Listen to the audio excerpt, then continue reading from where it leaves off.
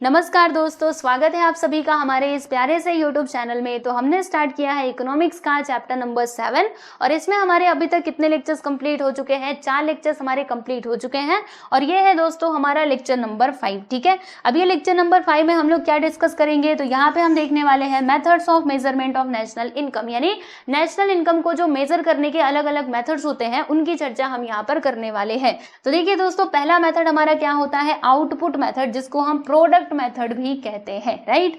और दूसरा होता है भाई इनकम मेथड। तीसरा क्या होता है बच्चे? Expenditure method. ओके, देखो फर्स्ट वाला जो मेथड है ना आउटपुट मेथड, इसमें हम क्या करते हैं? प्रोडक्शन के ऊपर फोकस करते हैं, यानी जो भी गुड्स एंड सर्विसेज प्रोड्यूस हुई हैं उनकी वैल्यू को ना इसमें ऐड किया जाता है इस वाले मेथड में। ठीक है, इनकम मेथड में क्या होता है? इनकम के ऊपर हम फोकस करते हैं, जो भी लोगों को इनकम हो रही है, ठीक है, उसको हम ऐड करते हैं यहाँ पर। और एक्सपेंडिचर मेथड में किसके ऊपर फोकस किया जाता है भाई? जो खर्चा हो रहा है हम उसके ऊपर ध्यान देते हैं और फिर नेशनल इनकम को कैलकुलेट करते हैं। ठीक है, तो टोटल कितने मेथड्स हैं? 3 मेथड है, आप लोग देख सकते हो। अब सुनो मेरी बातों को ध्यान से।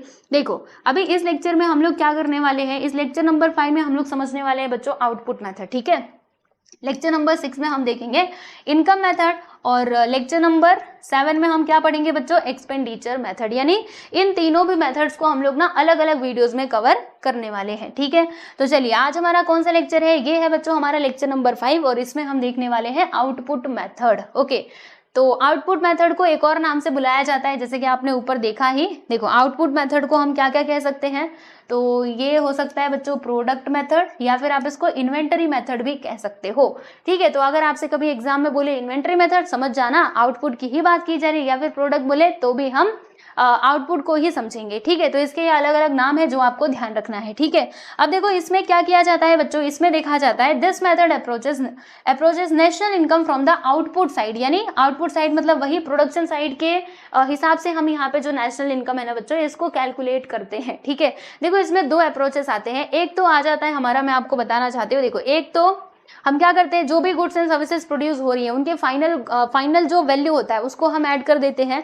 ठीक है, तब जाके हमें हमारा नेशनल इनकम मिल जाता है। या फिर दूसरा अप्रोच यहाँ पे क्या आता है ना, वैल्यू एडेड अप्रोच जिसको कहा जाता है, यानी हर एक स्टेज पे जितना वैल्यू मतलब कितना वैल्यू ऐड हो रहा है हमारे उस प्रोडक्ट में, ठीक है, तो हम क्या करते हैं वो जो हर एक स्टेज पे वैल्यू एडिशन हो रहा है ना बच्चे, उन सभी को टोटल कर देते हैं और तब जाके हमें फाइनल वैल्यू जो है ना वो मिल जाता है। देखो मैं आपको बताऊंगी ये टेबल की सहायता से, अभी ये पढ़ते हैं, उसके बाद मैं आपको दोनों अप्रोचेस ना बहुत अच्छे से एक्सप्लेन करूंगी। ठीक है, आइए देखते हैं इसमें क्या लिखा हुआ है कि इस मेथड के थ्रू क्या होता है कि जो इकोनॉमी है it is divided into different sectors.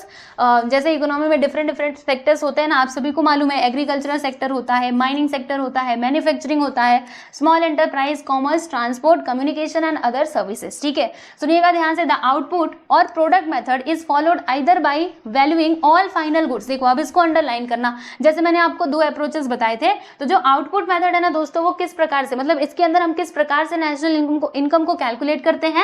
तो आपके पास 2 रास्ते हैं, या तो आप क्या करो जो फाइनल गुड्स एंड सर्विसेज हैं उनकी वैल्यू को ऐड कर दो।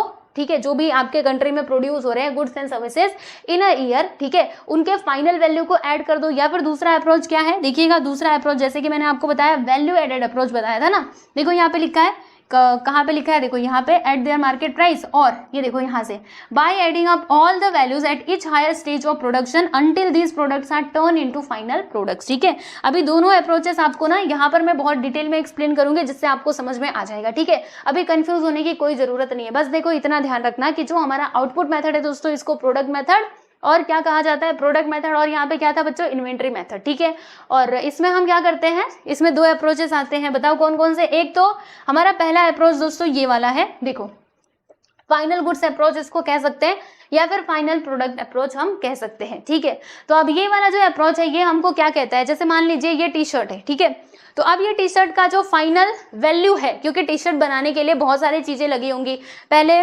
हम कॉटन लेकर के आए होंगे, फिर उसके बाद इससे धागा बना होगा।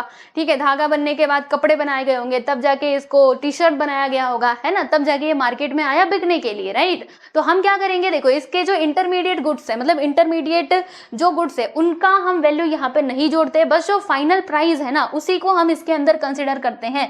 जैसे मान लीजिए ये शर्ट की कीमत कितनी है, मान लेते हैं कि 500 रुपए है, तो हम क्या करेंगे? ये 500 के 500 यहाँ पे कंसिडर कर लेंगे। ठीक है, और जो हमारे इंटरमीडिएट चीजें है ना ना उनको हम इग्नोर करेंगे, यानी उनको हम यहाँ पे कंसिडर नहीं करेंगे, क्योंकि अगर आपने 2-2 बार किया तब तो ये डबल काउंटिंग हो जाएगी ना, तो ऐसे नहीं चलेगा। ठीक है, आइए देखते हैं इसका एक्सप्लेनेशन।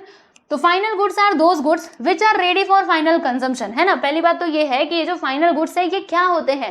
देखो फाइनल गुड्स का मतलब क्या होता है, जो एकदम रेडी होते हैं कंजम्पशन के लिए। जैसे अभी आप मार्केट में जा रहे हो शर्ट टी शर्ट खरीदने के लिए, तो वो एकदम रेडी है ना, आप मार्केट से खरीद के लाओगे और तुरंत पहनना स्टार्ट कर दोगे, उसके ऊपर कुछ प्रोसेस वगैरह करना नहीं है ना। तो ऐसे प्रोडक्ट को हम क्या कहते हैं बच्चे, फाइनल प्रोडक्ट कहते हैं। ठीक है, अब इस अप्रोच के अकॉर्डिंग क्या होता है कि value of all final goods and services produced in primary, secondary and tertiary sector are included and the value of all intermediate transactions are ignored. यानी क्या किया जाता है, जो भी फाइनल गुड्स एंड सर्विसेज का प्राइस है ना बच्चों, उसी को यहाँ पे मतलब उसका जो वैल्यू है वही कंसिडर किया जाता है। जो भी गुड्स प्रोड्यूस हो रहे हैं प्राइमरी सेक्टर में या फिर सेकेंडरी या फिर tertiary, primary secondary tertiary sector मालूम है ना आप सभी लोगों को।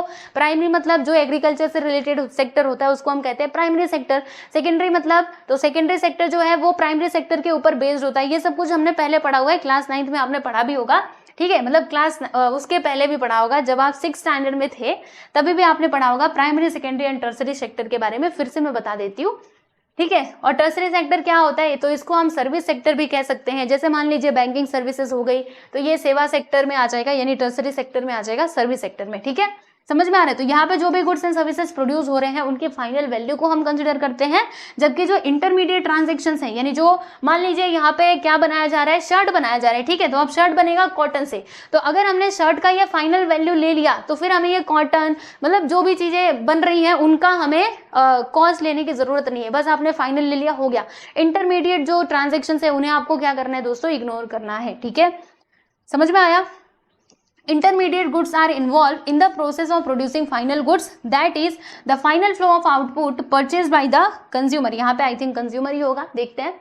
हाँ, परचेज बाय द कंज्यूमर, यानी देखो जैसे कि जो फाइनल प्राइस है, फाइनल वैल्यू है किसी भी चीज का, उसमें सारी चीजों का वैल्यू इंक्लूडेड है ना। इसमें कॉटन का भी आ गया, फिर जो कॉटन से धागा बना, राइट, तो वो प्रोसेस जो हुआ ना, वहां पे जो वैल्यू ऐड हुआ था सब कुछ उसके अंदर आ जाता है ना, फाइनल प्राइस के अंदर।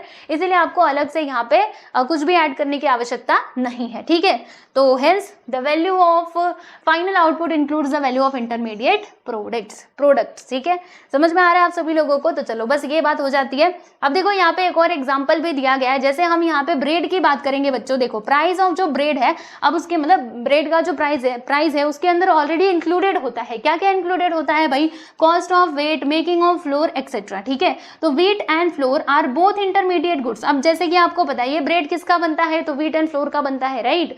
तो वो उसका वैल्यू, जो उसका फाइनल वैल्यू होता है हमारे ब्रेड का, उसके अंदर ये सारी चीजें एडअप की रहती हैं कि फ्लोर कितना लगा था, कितने का लगा था, ये सब कुछ उसके अंदर एडअप रहता है। तो अगर आप ये ब्रेड का फाइनल प्राइस ले रहे हो तो इंटरमीडिएट गुड्स के बारे में आपको सोचना भी नहीं है। तो वही बात यहाँ पे दी गई है। ठीक है दोस्तों, so that is bread, the values of intermediate goods are already included, क्योंकि ब्रेड के अंदर है ना वैल्यू, जो ब्रेड का फाइनल वैल्यू है उसके अंदर तो सारी चीजें हैं पहले से इंक्लूडेड की गई, कि उसमें कितना हमने फ्लोर लगाया, क्या क्या लगाया, वो सब कुछ उसके अंदर इंक्लूडेड रहता है। तो आपको वापस से ये करने की जरूरत नहीं है, मतलब वापस से उसको रिकॉर्ड करने की कोई आवश्यकता नहीं है। ठीक है, अगर आप ऐसा करते कि इंटरमीडिएट, देखो इंटरमीडिएट गुड्स के भी प्राइस को यहाँ पे कंसीडर कर रहे हो, इसके साथ ही फाइनल प्रोडक्ट का भी प्राइस ले रहे हो, तब जो आपका नेशनल इनकम है ना बच्चे वो गलत आ जाएगा। क्यों? क्योंकि डबल काउंटिंग हो जाएगी, और डबल काउंटिंग को हमें क्या करना है, अवॉइड करना है। इसी चीज को अवॉइड करने के लिए तो हम लोग फाइनल गुड्स का ही वैल्यू कंसिडर करते हैं। ठीक है, क्लियर हुआ। तो ये था बच्चों हमारा फर्स्ट अप्रोच जो था फाइनल प्रोडक्ट अप्रोच। ठीक है, आई होप सो समझ में आ गया होगा, और आप इसको ना अपने ओन वर्ड्स में जरूर एक्सप्लेन कर पाएंगे ना, बहुत इजी है, कर पाएंगे बहुत आसानी से। ठीक है, चलो अब हम बात करते हैं दोस्तों वैल्यू एडेड अप्रोच, या फिर हम इसको कह सकते हैं the value added method. Okay, देखो यहाँ पर ना मैं सबसे पहले ये टेबल एक्सप्लेन करूंगी, उसके बाद आपको वो एक्सप्लेनेशन दिखाऊंगी कि उसमें क्या है। देखो वैल्यू ऐड होने का मतलब क्या होता है कि हर एक स्टेज पे कितना वैल्यू ऐड हो रहा है। जैसे देखो हम बात करेंगे, यही शर्ट की बात करते हैं, शर्ट है ना, ओके शर्ट की बात कर रहे हैं। तो मान लीजिए शर्ट का प्रोडक्शन हो रहा है। अब ये जो शर्ट है ना बच्चों, ये किससे बनता है बताइए? तो ये अगर देखा जाए तो कॉटन से बनाया जाता है। ठीक है, तो मान लीजिए कॉटन इसमें कितने का लगा भाई, 150 रुपए का हम कॉटन लेकर के आए। ठीक है, तो ये स्टेज पे, फर्स्ट स्टेज पे देखो 150 रुपए ऐड हुए। ओके, अब क्या होगा, अब इससे बनाए जाएंगे भाई धागे, है ना, मतलब जब कॉटन आता है तो उसके ऊपर पूरा प्रोसेस करके धागे वगैरह सब अच्छे से बनाए जाते हैं, तो वो वहां पे धागे बनाए जाएंगे। तो मान लीजिए ये वाले स्टेज पे कितना वैल्यू ऐड हुआ बच्चे, 100 रुपये वैल्यू ऐड हुआ, ठीक है। फिर उसके बाद क्या होगा, क्लॉथ बनेगा। अब वो धागे बनाए गए तो धागे से कपड़ा बनाया जाएगा। तो जब कपड़ा बनेगा तो यहाँ पर इतना वैल्यू ऐड हो गया, सुनते रहना, ठीक है, 150 रुपये, ओके, यहाँ पे ऐड हो गए। और फाइनल, जब ये फाइनल गुड्स बन के तैयार हुआ, जैसे मान लीजिए कपड़ा बना, अब उसके बाद शर्ट बनेगा, उसके ऊपर बटन्स वगैरह लगाए जाएंगे, है ना। तो मान लेते हैं कि ये वाले स्टेज पे कितना खर्चा हुआ भाई, 100 रुपये का खर्चा हुआ, ठीक है। तो देखो हमने यहाँ पे क्या देखा, कॉटन इतने का लगा है, फिर उसके बाद यान इतने का लगाया, आप देख सकते हो, मतलब वही धागा जो हमने बनाया उसमें 100 रुपये का खर्चा आया, कपड़ा बनाने के लिए इतना, और उसमें बटन वगैरह, उसकी सिलाई विलाई, समझ लो सब कुछ इसके अंदर इंक्लूडेड है, तो उसका 100 रुपये लगा, ठीक है। तो टोटल यहाँ पे वैल्यू कितना ऐड हुआ है बताइए। तो जब हम इन सभी को प्लस करेंगे ना दोस्तों, तो हमें मिलेगा 500 रुपए मिलेगा। यानी ये जो 500 है ना, ये है इसका फाइनल वैल्यू, ठीक है। क्या है बच्चे, फाइनल वैल्यू। तो देखो यहाँ पर हमने क्या किया, यहाँ पर हमने हर एक स्टेज पे जो वैल्यू आ रहे हैं उन सभी को हमने प्लस किया, तब जाके हमें उसका फाइनल वैल्यू मिल गया, ठीक है। अच्छा, आप सोचेंगे ये सब कुछ क्या है, तो मैं बता रही हूँ ये सब कुछ क्या है, ये तो खैर आपको समझ में आ गया। इसी प्रकार से हम क्या कर सकते हैं, मतलब क्या करते हैं, वैल्यू एडेड मेथड में इसी प्रकार से ये कैलकुलेशन करते हैं नेशनल इनकम का। जो वैल्यू ऐड होता है ना, उन सभी को हम प्लस करते जाते हैं, इन सभी को प्लस कर दोगे आपका नेशनल इनकम मिल जाएगा, ठीक है।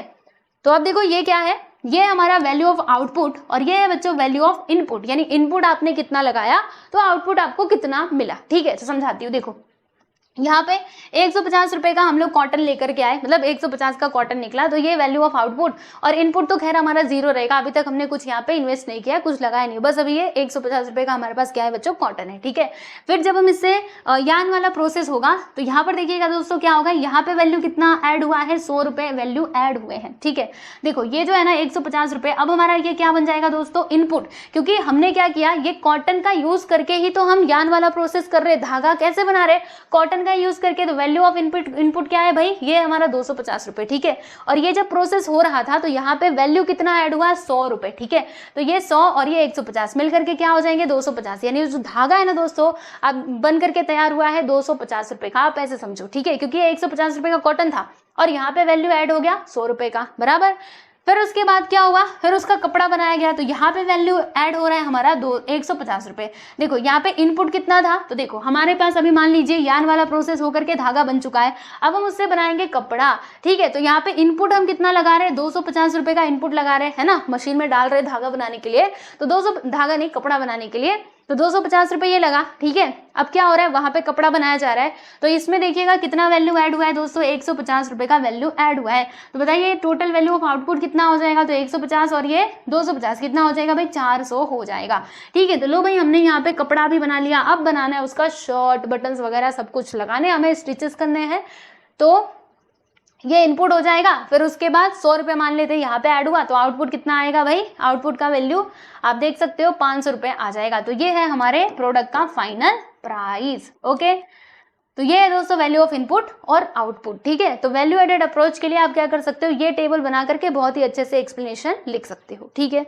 क्लियर हुआ, चलो आ जाओ इसका एक्सप्लेनेशन हम देखते हैं कि इसमें क्या बातें बताई जा रही हैं। In order to avoid double counting value added approach is use, मतलब डबल काउंटिंग को अवॉइड करने के लिए वैल्यू एडेड अप्रोच का यूज किया जाता है।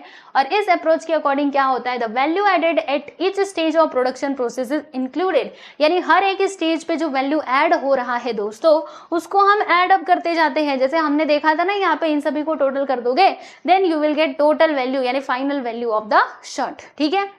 तो वही बात यहाँ पे बताई जा रही है। और आगे क्या लिखा हुआ है कि the difference between the value of final output and input at each stage of production is called the value added. यानी कि वैल्यू एडेड किसको कहा जाता है, तो difference between output and input, है ना। देखो यहाँ पे इन दोनों के बीच का डिफरेंस ही तो है, 250 150, देखो 100 आ गया, इन दोनों के बीच का डिफरेंस, इन दोनों के बीच का डिफरेंस, ठीक है। वही बात इसमें बोली जा रही है। तो आई होप सो कि आपको समझ में आ गया होगा और आप बहुत अच्छे से इसको एक्सप्लेन भी कर पाओगे, ठीक है।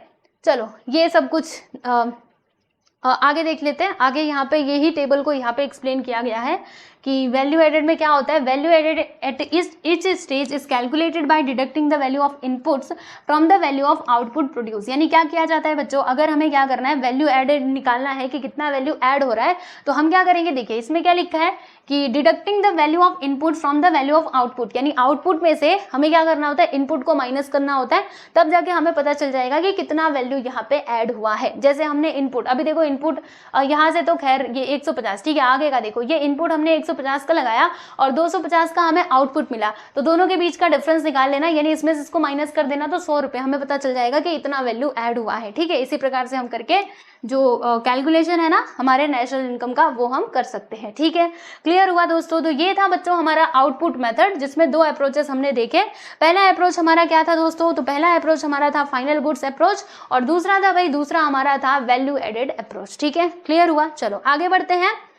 और यहाँ पे ना हम कुछ प्रिकॉशंस देखने वाले हैं, यानी जब भी आप लोग क्या करते हो, नेशनल इनकम कैलकुलेट करते हो बाय आउटपुट मेथड, तो आपको कुछ सावधानियां रखनी पड़ती है, कुछ बातों का ध्यान रखना होता है। तो वो कौन कौन सी बातें हैं जो हमें अपने दिमाग में रखना चाहिए, आइए जरा हम उनको समझ लेते हैं। देखो, सबसे पहली बात ये हो जाती है कि डबल काउंटिंग को अवॉइड करने के लिए only the value of final goods and services must be taken into account. यानी इफ यू वांट, अगर आप चाहते हो कि डबल काउंटिंग वाला परेशानी हमको आए ही ना, तो बस एक काम कर दो, फाइनल गुड्स एंड सर्विसेज की जो वैल्यू है ना, बस उसी को इंक्लूड कर दो, आपका काम हो जाएगा। ठीक है, तो पहला ध्यान आपको ये रखना है। दूसरा क्या है, सुनो, goods used for self consumption by farmers should be estimated by a guess work. अब इसका मतलब क्या हुआ? देखो, फार्मर्स ने अपने खेत में प्रोडक्शन किया, हाँ जी हाँ किया। अब ऐसा तो है नहीं कि सारा के सारा माल वो ले जा करके बाजार में ही बेचेगा, कुछ अपने कंजम्पशन के लिए भी तो रखेगा, है ना, वो क्योंकि उसको भी तो खाना है भाई। उसने अगर गेहूं उगाया तो ऐसा थोड़े ना वो भूखे रहेगा, वो भी तो खाएगा। तो जो हम सेल्फ कंजम्पशन के लिए यूज कर रहे हैं, अब क्योंकि वो मार्केट में गया नहीं, तो मार्केट वैल्यू हमको मालूम नहीं पड़ेगी, तो फिर हम क्या करें? परेशानी है ना यहाँ पर कि अब कैसे नेशनल इनकम में उसको डाले। तो क्या करना है आपको, ऐसे ही उसका एस्टिमेटेड वैल्यू निकाल लेना है कि जो हमने रखा हुआ है अपने मतलब यूज के लिए, उसका एस्टिमेटेड मार्केट वैल्यू कितना होना चाहिए। ठीक है, उसको एस्टिमेट करके आप क्या कर सकते हो? नेशनल इनकम में ऐड कर सकते हो। ठीक है, तो वही बात यहाँ पे बोली जा रही है, imputed value of goods produce for self consumption is included in a national income. यानी वही जो हम अपने यूज के लिए रख रहे हैं, तो उसका एक ना अनुमान लगा करके एस्टिमेट बना लो कि इतना हमने रखा हुआ है और इसका प्राइस इतना होगा, मतलब इसका वैल्यू इतना होगा, और नेशनल इनकम में उसको ऐड कर दिया जाता है। फिर ठीक है, चलिए आगे बढ़ते हैं। नेक्स्ट है यहाँ पे पॉइंट नंबर 3। इसमें क्या कहा जा रहा है कि जो हमारे इनडायरेक्ट टैक्सेस होते हैं ना, अब ये इनडायरेक्ट टैक्सेस क्या है भाई? इनडायरेक्ट टैक्सेस जो है वो गुड्स एंड सर्विसेज के ऊपर लगाए जाते हैं, आप इतना समझ लीजिए। ठीक है, तो इनडायरेक्ट टैक्सेस को हमें क्या करना होता है? डिडक्ट करना होता है। कहाँ से? नेशनल इनकम में से। So indirect taxes included in the market prices are to be deducted. और जो सब्सिडीज होती है ना बच्चों, given by the government to certain products should be added for accurate estimation of national income. यानी simple सी बात है भाई, देखो इनडायरेक्ट टैक्स को आपको क्या करना है? माइनस कर देना है, और जो हमारा क्या है सब्सिडीज, इन्हें आपको प्लस करना है। अब आप सोचेंगे सब्सिडीज क्या है? देखो यहाँ पे लिखा है ना, subsidies given by the government to certain products. यानी गवर्नमेंट के द्वारा ना सब्सिडीज दी जाती है, यानी कि कुछ सहायता दी जाती है, मतलब जैसे मदद की जाती है लोगों की गवर्नमेंट के द्वारा सब्सिडी के रूप में, राइट। तो इसे आपको क्या करना है बच्चे? इसे हमें प्लस करना है। ठीक है, चलो आगे बढ़ते हैं। और यहाँ पे हम लोग चौथा पॉइंट देख लेते हैं। देखो, while evaluating output, changes in the price level between different years must be taken into account।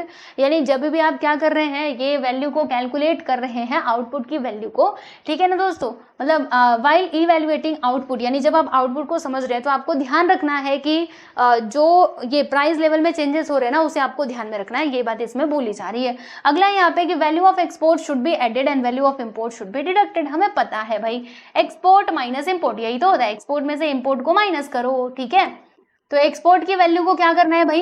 Add करना है ना, एक्सपोर्ट की वैल्यू को ऐड करना है, इंपोर्ट की वैल्यू को डिडक्ट करना है। तो एक्सपोर्ट माइनस इंपोर्ट होता है ना। फिर उसके बाद ये जो हमारे डेप्रिसिएशन है ना बच्चे, तो depreciation of capital assets should be deducted. Capital assets क्या होते हैं? तो वो असेट्स, जैसे मान लीजिए मशीनरी हमने खरीद ली, कोई प्रॉपर्टी खरीद ली, ये सारे हमारे कैसे असेट्स हैं? तो कैपिटल असेट्स हैं। ठीक है, तो कैपिटल असेट्स की जो डेप्रिसिएशन है ना बच्चे, इसे हमें क्या करना है?